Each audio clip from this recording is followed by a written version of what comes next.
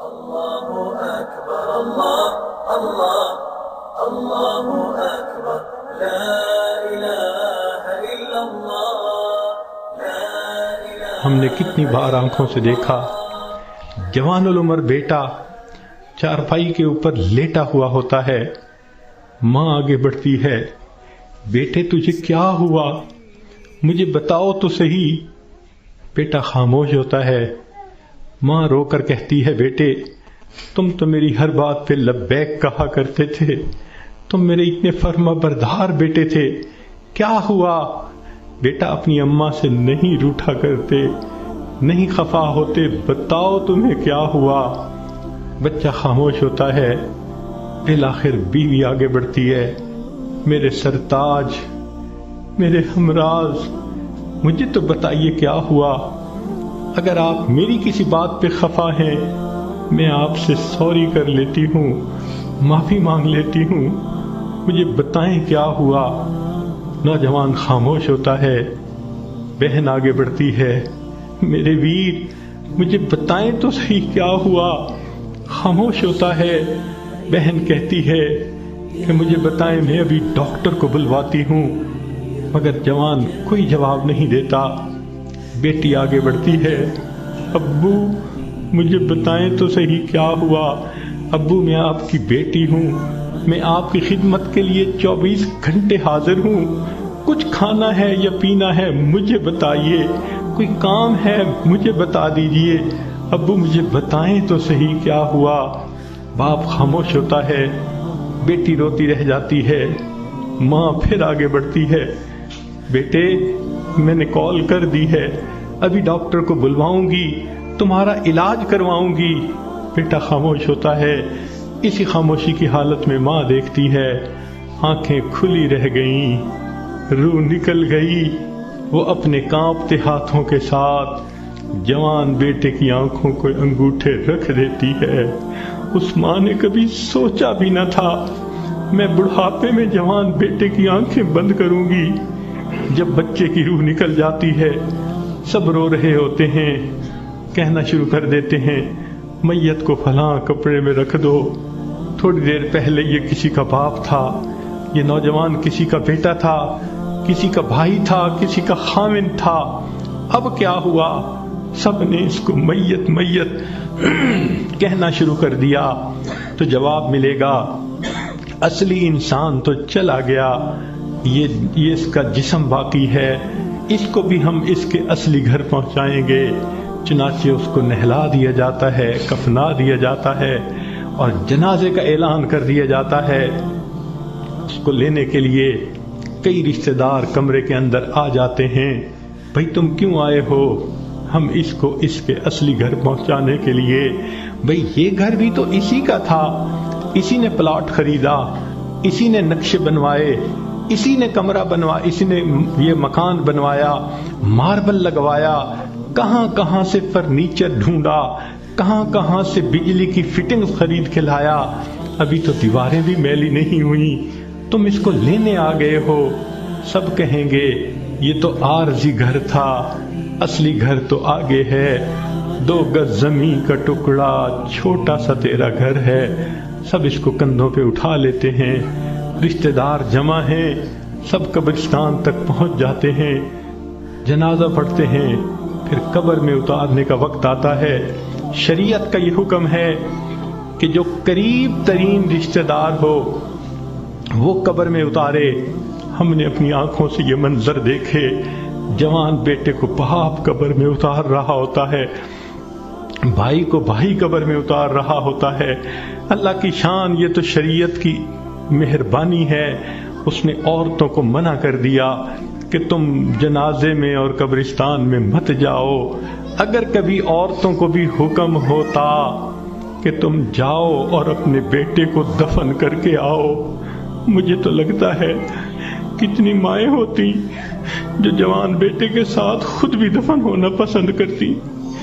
کیسی عجیب اللہ تعالیٰ نے مردوں کو ہمت دی ہوتی ہے. جوان بیٹے کو جس کے جسم پہ کبھی میلا کپڑا بھی باپ برداشت نہیں کرتا تھا، آج اس کو زمین پہ لٹا دیتا ہے، اپنے ہاتھوں سے مٹی ڈال دیتا ہے، بھائی مٹی ڈالتے ہیں، دوست مٹی ڈالتے ہیں، منو مٹی کے نیچے اس کو دبا کے اللہ کے حوالے کر کے آ جاتے ہیں۔ جب اللہ کے حوالے ہونا ہی ہے، اے انسان تو اپنے آپ کو آج اللہ کے حوالے کر دے۔ اللہ میں اپنے آپ کو آپ کے حوالے کرتی ہوں، جو آپ کا حکم ہوگا میں اس پہ چلوں گی، جو گناہ ہوگا میں اس سے بچوں گی۔ آج حوالے کریں گے تو اس کا فائدہ ہوگا۔ چنانچہ انسان کو بالآخر اللہ کے حضور جانا ہی ہے۔ حضرت علی اللہ عنہ فرمایا کرتے تھے، موت کی تکلیف کینچیوں سے کتر دینے سے زیادہ سخت ہوتی ہے، موت کی تکلیف دیگ میں بھون دینے سے زیادہ سخت ہوتی ہے۔ اگر موت کی تکلیف کا اندازہ لگانا ہو تو آپ عورتوں کو تو بہت آسانی سے لگ سکتا ہے۔ کئی مرتبہ آگ پہ کھانا بناتے ہوئے آپ کی انگلی جلی ہوگی، کتنے دن اس کی تکلیف رہتی ہے۔ کیوں کہ جہاں سے انگلی جلی وہاں کے گوشت سے روح سمٹ کر باقی جسم کے اندر آ گئی۔ اگر اتنی تھوڑی سی جگہ سے روح سمٹ گئی، اتنی تکلیف ہے۔ جب پورے جسم سے روح سمیٹ لی جائے گی اس وقت تکلیف کیا ہوگی، ذرا اس کو یاد کر لیجئے۔ آج وقت ہے ہم اس کی تیاری کر لیں، پھر موت کے وقت تکلیف ایسی نہیں ہوگی۔ چنانچہ حدیث پاک میں آتا ہے، جب مومن کی موت کا وقت آتا ہے اللہ تعالیٰ ملک الموت کو بھیجتے ہیں، جنت کے فرشتوں کو بھی بھیجتے ہیں، وہ جنت کی خوشبوؤں کے رومال بھی لے کے آتے ہیں اور اس بندے کے سینے پہ خوشبوؤں والا رومال رکھ دیتے ہیں۔ اس بندے کو جنت کی خوشبو آتی ہے، اس کا دماغ معطر ہو جاتا ہے اور اس کی روح کو ایسے قبض کرتے ہیں جیسے مکھن میں سے بال نکال لیتے ہیں۔ جب اس کی روح کو لے کے چلے جاتے ہیں اللہ تعالیٰ فرشتوں کو حکم فرماتے ہیں، دیکھو یہ میرا نیک بندہ تھا، روح کو قبض کر لیا گیا، اب جدھر سے اس کا جنازہ گزرے گا تم راستے کے دونوں طرف ادب سے کھڑے ہو جاؤ۔ سبحان اللہ، مومن کی کیا شان ہے، جہاں جہاں سے جنازہ گزرتا ہے فرشتے راستے کے دونوں طرف ادب سے کھڑے ہوتے ہیں۔ حدیث پاک میں آتا ہے، جس جگہ یہ بیٹھ کر نماز پڑھتا تھا زمین کا وہ ٹکڑا رو رہا ہوتا ہے، جہاں قرآن پڑھا کرتا تھا زمین کا وہ حصہ رو رہا ہوتا ہے، آسمان کے وہ دروازے روتے ہیں جہاں سے اس کے لیے رزق اتارا جاتا تھا۔ سبحان اللہ، یہ اللہ کے عاشق کی موت ہے۔ اس لیے کہا گیا کہ عاشق کا جنازہ ہے، ذرا دھوم سے نکلے، محبوب کی گلیوں سے ذرا گھوم کے نکلے۔ یہ عاشق کا جنازہ جا رہا ہے، پھر اس کو جب دفن کیا جاتا ہے حدیث پاک میں آتا ہے اللہ تعالیٰ فرشتوں کو فرماتے ہیں، یہ میرا بندہ دنیا سے تھکا ماندہ آیا ہے، جاؤ اور اس کو جا کر کہہ دو نم کنومت العروس، دلہن کی نیند سو جا۔ فرشتہ آ کے خوشخبری دے دیتا ہے تم دلہن کی نیند سو جاؤ۔